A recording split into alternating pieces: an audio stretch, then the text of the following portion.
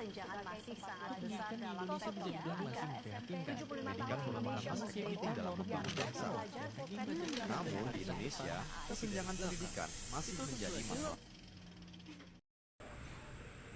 Assalamualaikum warahmatullahi wabarakatuh. Perkenalkan, nama saya M. Ihlatul Kais dari Prodi Pendidikan Pancasila dengan NIM 105 431 104 525. Judul monolog saya yaitu kesenjangan sosial dapat menjadi jembatan terbentuknya diskriminasi terhadap siswa. Katanya, sekolah adalah tempat belajar, tempat semua anak punya hak yang sama, tempat mimpi tumbuh tanpa memandang siapa kita dan dari mana kita berasal. Tapi nyatanya tidak semua anak diperlakukan setara.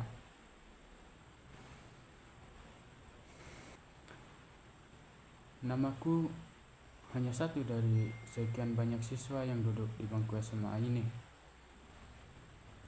Aku datang dengan seragam yang sama, buku yang sama, dan niat belajar yang sama.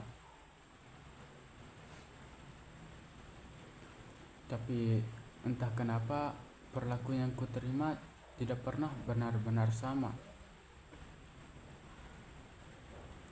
Aku bukan anak pintar yang selalu ingin dipuji. Aku bukan anak dari keluarga yang berada.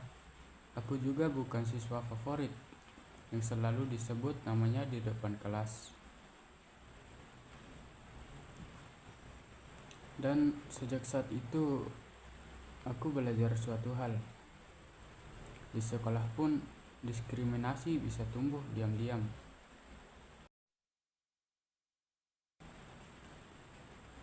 Saat aku salah menjawab, aku ditertawakan. Saat mereka salah, mereka dimaafkan.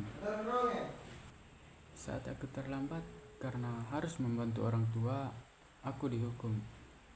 Saat yang lain terlambat karena alasan lain, mereka dimaklumi.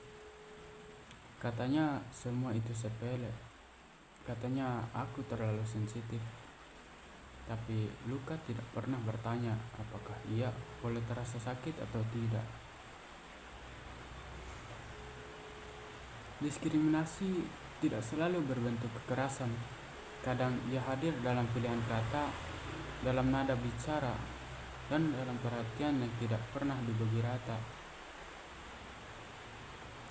Diskriminasi lahir dari anggapan bahwa ada siswa yang lebih layak dan ada yang cukup tahu diri.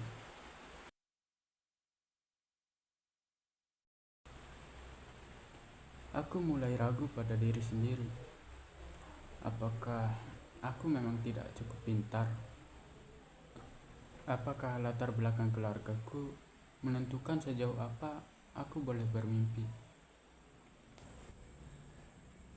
Di bangku ini aku belajar pelajaran matematika, bahasa, dan sejarah. Aku juga belajar suatu hal yang lebih pahit, bahwa sistem kadang lupa melihat manusia sebagai manusia. Dan perlahan, satu-satu mulai kehilangan semangat. Nilai menurun, kepercayaan diri runtuh.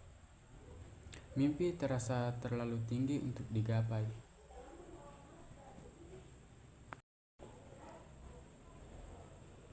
Mungkin inilah sebabnya banyak anak memilih menyerah, bukan karena mereka bodoh, tapi mereka lelah terus merasa tidak diterima.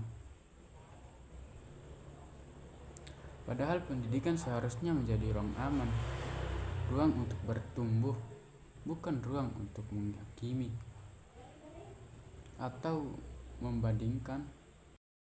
Jika pendidikan hanya menguntungkan mereka yang sudah unggul, lalu apa kabar mereka yang hanya butuh sedikit kepercayaan? Aku tidak menuntut diperlakukan istimewa. Aku hanya ingin diperlakukan adil, didengar, dihargai, dan diberi kesempatan yang sama. Karena setiap anak lahir dengan potensi berbeda, bukan untuk diseragamkan, tapi untuk dikembangkan. Jika sekolah adalah miniatur masyarakat, maka diskriminasi di dalamnya akan melahirkan ketidakadilan di luar sana. Tapi jika sekolah berani berubah, berani adil, dan berani menghargai perbedaan, maka pendidikan benar-benar menjadi jembatan menuju masa depan, bukan tembok yang membatasi mimpi.